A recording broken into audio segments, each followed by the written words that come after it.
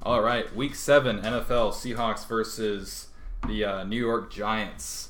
The Seahawks won Super Bowl 48 at MetLife Stadium. They won last year against the Jets at MetLife Stadium. So I'm hoping the Seahawks can come away with a win this weekend. The biggest thing is, and I said this in all of the previous videos I've made, and it's just because it's the biggest thing, is the Seahawks offense needs to show up. I'm not worried about the Seahawks defense. They didn't look the best against the Titans, and they let a few big running plays go on against the 49ers. But other than that, this season they looked great, especially our last game against the Los Angeles Rams. I almost called them St. Louis there for a second. They played phenomenal. I was a little bit worried that the Rams were about to score there at the last second, but they didn't, and the Seahawks held on. And here's the thing. I know the Seahawks offense is capable of doing things. And this is how I know. The Seahawks go down in that game 10-0, right? And they come back. Now, the Seahawks defense does its job to hold the Rams at 10 points. And the Seahawks come back and they tie it up 10-10 at halftime. Whenever the Seahawks need to start scoring, whether it's when they were playing the Titans or really when they're playing anyone, when they really need to start scoring, they do it. But it's like whenever they get the lead, like when they took the lead 13-10 or when they eventually had the lead against the Rams 16-10, they start playing really conservatively and just almost just trying to run out the clock, and then whatever passing plays they do call, it's just like, what is that? Like literally all your receivers and whatever routes they're running, if Darrell Bevel has them curled, they're curling before their first down marker, so if they get tackled, they're still 2 yards short. It's just the play calling is just. I know it can be there because it is there at times, and this is what's so frustrating about watching the Seahawks offense is you see the potential they have, you see the players they have. Paul Richardson, great. Tyler Lockett, great. Doug Baldwin, great. Jimmy Graham, who finally came alive, at least in the first half of last game, and then the second half. And that was the crazy thing about last game. In the first half, it took a while for the Seahawks offense to start doing something, but the Seahawks offense was actually better in the first half than it was in the second half. And I don't know when the last time that's ever happened with the Seahawks was. That was just like it was like opposite day there, but they still won the game. And here's the thing. I just want to pull up the schedule just to make sure I have this right. So the Rams, obviously, they're 4-2, so they're winning the division. The Rams and the Cardinals play this week. Now the Cardinals are 3-3. I'm personally going to root for the Cardinals to win this week because if the Rams lose, they'll still be at 4 wins. The Cardinals will be at 4 wins, and if the Seahawks win, which I think they will win this weekend, they'll also be on 4 wins. So I think we should all be rooting for the Cardinals to beat the Rams this weekend, just so if the Seahawks win, the Rams aren't still ahead of us. Now, here's going to be some big things. Obviously, it's going to be our defense isn't going to have as much to go up against since Brandon Marshall, unfortunately, and Odell Beckham Jr., unfortunately, are out for the season. It's really unfortunate that they both got injured in the same game. But what the thing is, the Giants won last week without them, though, and the Giants won against the Denver Broncos. So the Giants didn't win against the Browns. They didn't win like that. They didn't win against the 49ers, which I think the 49ers are the best 0-6 team I've ever seen, ever. Like, the 49ers could easily have a few wins right now.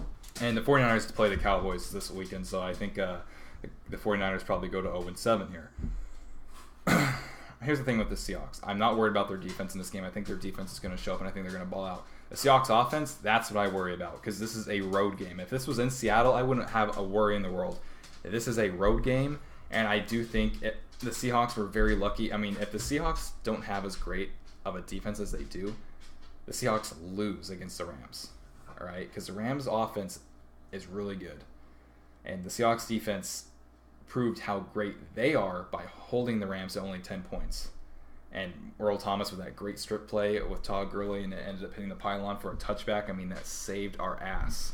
I think that really changed momentum of that game. So going into this game, the talent is there for the Seahawks offense. And the offensive line played well against the Rams, considering the Rams have such a great defensive line. And they played really well. So going into this game, if the Seahawks offense shows up and plays like they did in the first half against the Rams and actually gets something going, it doesn't just try to play conservatively. I'll try to run out the clock. And I say give Eddie Lacy most of the carries, because what I noticed with Thomas Rawls ultimately ended up having more yards in that game. Eddie Lacy was hitting his holes better, I realized, and gaining more yards each play. I feel like just give the load to Lacy. Don't even try to split it. Give it to Lacy. And obviously, when it comes to like passing plays, and you then put either C.J. Prosise or J.D. McKissick. J.D. McKissick has been absolutely amazing, especially in that Colts game. Even last game, he had some great catches too. So obviously, putting your catching backs when that happens. This game, it makes me nervous because even though the Seahawks are much better on paper, the fact that it's on the road and the fact that I feel like the Seahawks offense is just the plate, just I don't know. And Russell Wilson missed some throws against the Rams.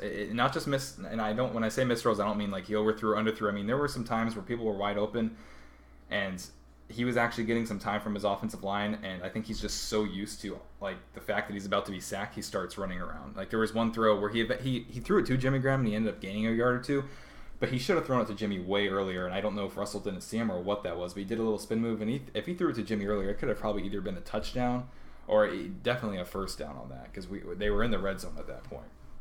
So everyone's got to play player. They had a bye week this last week. Hopefully, I just like I said, Darrell Bevell, not my favorite offensive coordinator. I just feel like he's not. I feel like. And a lot of it's also with Pete Carroll, I think, because Pete Carroll obviously signs off on the play calls. I just feel like the offense needs to be a lot more aggressive. Not aggressive in the fact that you're just throwing it downfield, turning over the ball or anything, but just when you see what the Seahawks can do when they're down, it's like play like that the entire game.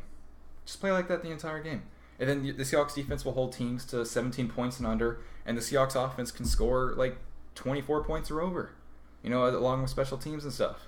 I feel like the Seahawks are definitely capable of that, and it's frustrating to watch as a fan, and I think you guys have this too when you watch it. It's frustrating to watch all the talent that the Seahawks have and how bad the play calling can be at times. It's like, why are you calling that? And I can't blame it all on the offensive line because I think the offensive line played a lot better against the Colts, and they played pretty well against the Rams last week. Now, we'll have to see what happens now. I mean, Luke Jokel's out, and we're having some injury issues on the offensive line. I know the Seahawks are trying to make some trades. The offensive line does need to get better, but they're a lot better than they were the first few weeks of the season. I'll say that. Anyway, I do see the Seahawks winning this game, but I think it's going to be close. I'm not going to fall into the trap of the Giants are 1-5 and the Seahawks are so much better on paper. I think this is going to be a close game. I say 20-17 Seahawks, maybe 21-17, maybe 21-20 even. It's going to be a close game because just knowing how the Seahawks offense plays on the road, especially the last few seasons. I mean, maybe they can prove me wrong in this game, but I do see the Seahawks winning.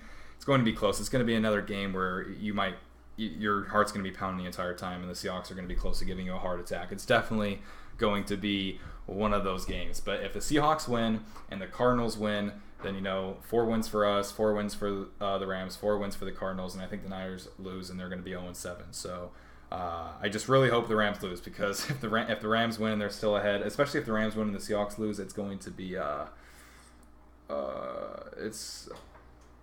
don't know. It's the Rams are definitely a great team, and I think they're going to be with us the entire season. I think the Cardinals are going to be within the NFC West race the entire season as well. So it'll be a fun weekend for football. Even though there are some key injuries, obviously with Odell Beckham Jr. and Brandon Marshall out, even Aaron Rodgers out and J.J. Watt's out for the season. It's a lot of injuries, but it should still be a fun game. Let me know what you guys think is going to happen in this game. What do you think the score is going to be? And anyway, I'd like to thank you guys for all watching this video, and go Hawks.